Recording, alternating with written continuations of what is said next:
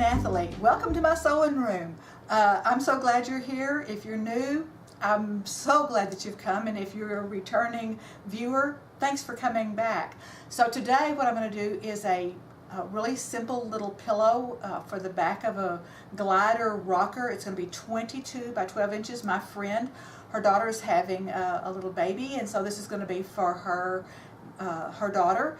And with it being a 22 by 12 inch pillow, that's not a form that we have in our little town, but you know, you might could find a form in the city. So I'm going to cut it, stitch it, hand stuff it, and then hand stitch it together. This is a really easy beginner project, and I just want to say excuse me for our little mess behind here. My buffet is being painted, and so that will be a project that we might do something with. I don't know that I'm videoing that, but my daughter-in-law is painting that for me. So anyway, let's go ahead and get started. For this pillow project, you're going to need your fabric, about half a yard. Half a yard is actually too much, maybe about 15 inches of that, and you don't need a cat.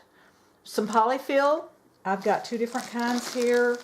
I got those at Walmart. A cutter. I've got a rotary cutter and also scissors, so you can use scissors if you want to. Needle and thread, sewing machine.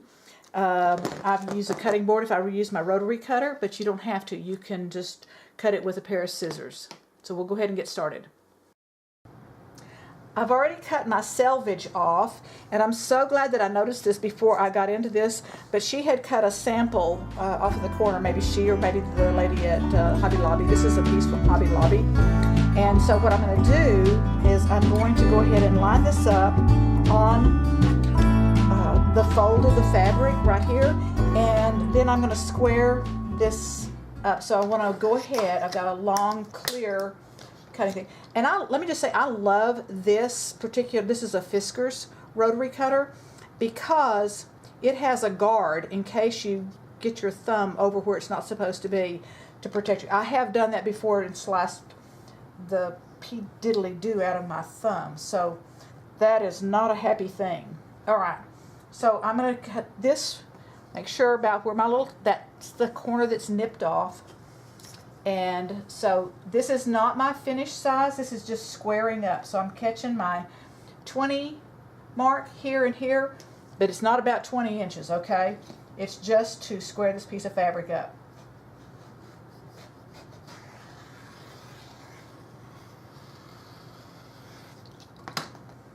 Alright, so we're actually going to cut this 12 inches, but I need a seam allowance, so I'm going to cut this, the finished size is going to be 12. So I'm going to cut this 13 inches. And there's my 13 and my 13 down there. This is just a piece of plexiglass that I had cut at the lumber yard, and it works really well. Some of my little measure ones are a little bit short. This one's a nice one, but I really like this one. It doesn't have the grids in there, so whenever I need the grid, I'll go to that other cutter, the other ruler.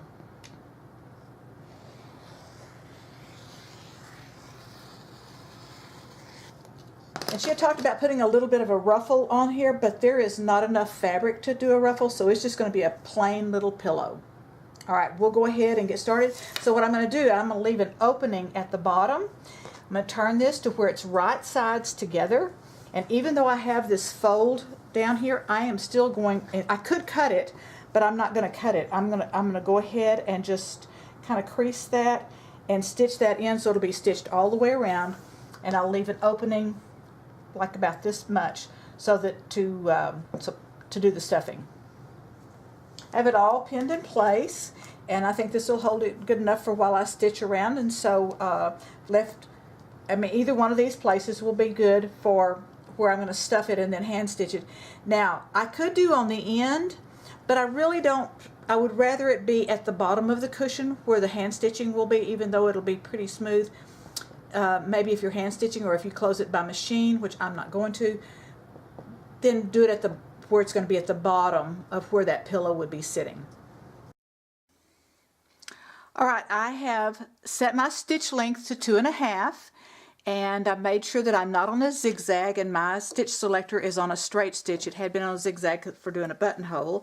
And so I am going to do a 1/2 inch seam. So I'm going to do a little back stitch, and don't put the pins in your mouth. Almost did. Back stitch, and then I will just speed this up as I go around. I'm going to not do a messy stitch. I'm going to do a straight stitch.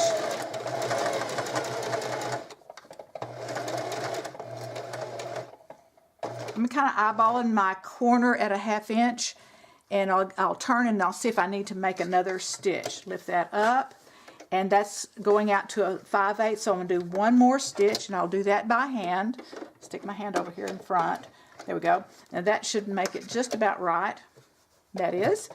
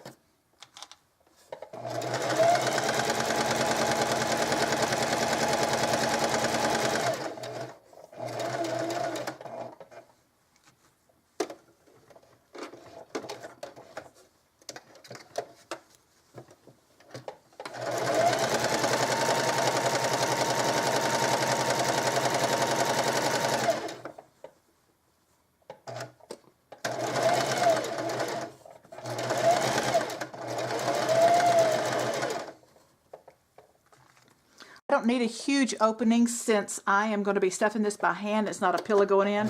Back stitch it there, and then lift up and trim that off. So the next thing to do before you get ready to turn this is to make sure you don't clip your stitches, but clip off the corner, about like that.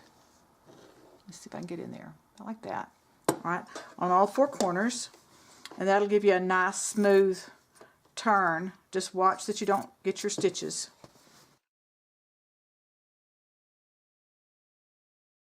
Stitched, the corners are all clipped, and I'm ready to turn this. So what I'm going to do is I will put my thumb in that corner and push that out to a point.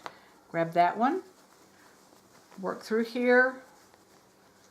Some of you may know how to do this. Those of you who don't, well then hopefully that will help you. So we're just going to grab these, all 4 of these corners,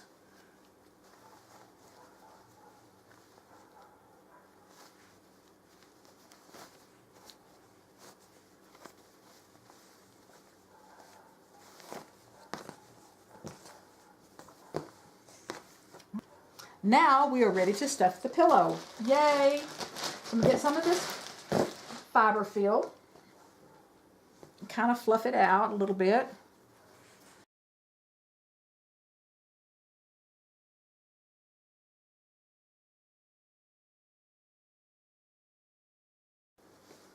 Alright, so I'm making sure that I get my corners stuffed well before I finish doing the rest of the stuffing. And there's a difference in the way that this fiber fill, this one is polyfill, that is Fairfield polyfill, and it has a totally different feel than this one that is Creative Craft. So anyway, you might have your preference as to what you like.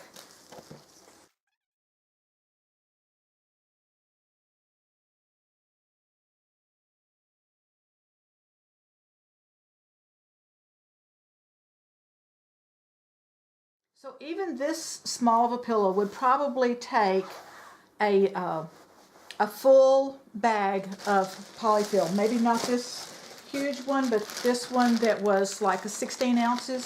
I think it would take that amount to fill up this size pillow.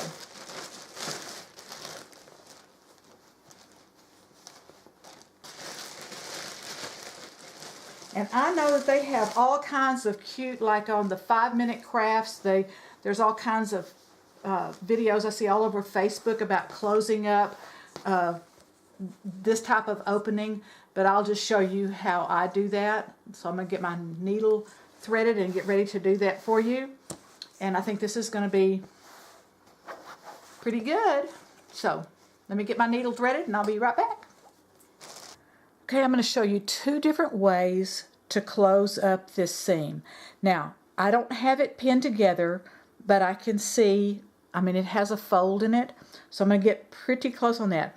I've got just a single strand of thread through here. I did not knot both ends. Only one end, one piece of thread has a knot.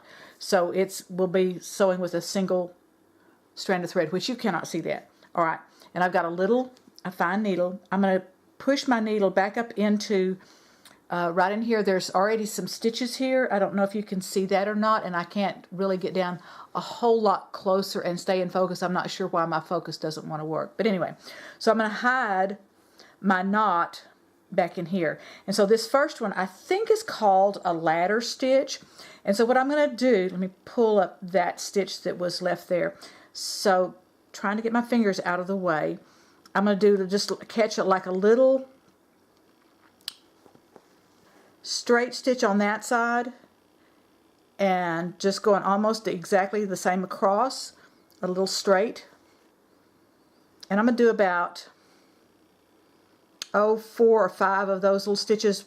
Make sure that I don't get my thread crisscrossed here. And I hope you can see that. In just a second, and I will show you again in a close-up. Let me get that little piece of thread out of the way.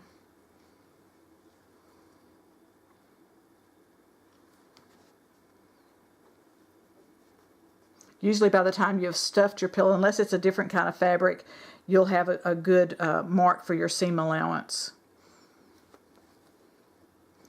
All right, let me hold this up close so that you can see, since my camera's not wanting to focus for me real good. That little thread there, don't let that confuse you, the one that's there. Let me move that out of the way. Okay, so can you see that? Yes, you can. And so what I'm going to do now is pull this carefully, and that closes that up. I don't want to pull it too tight so it'll pucker. So I'm going to put my fingers down here at the end and just draw that up. And that gives me a really, where are you at? Really nice little closing there. All right, so I'm going to do a couple more of that, and then I'm going to show you one other way that you can do this. And I'm going to go ahead and do a double stitch right here, just like 2 stitches or 3, just to make sure that in case something happens that that's not going to come unstitched. So I'm not tying a knot, I'm just making 3 little stitches to secure that. All right, so the other one I'm going to show you, let me just stick the pin right there. I'm going to get my pin cushion. And so this other one, let me do it this way. You would like pull one of the sides of fabric over where it's straight. Work all this in here a second. And then you would take, all right, get that straight. Then you would take this, so you've got this raw edge here, and then you've got this folded edge. And you would pin that in place. You can see the other one is much easier to deal with. So we're going to pin this in place, making sure that we have the same kind of little seam allowance there. But we still want to hide our stitches. I mean, I do. You might not want to hide your stitches, but I want to hide my stitch on this.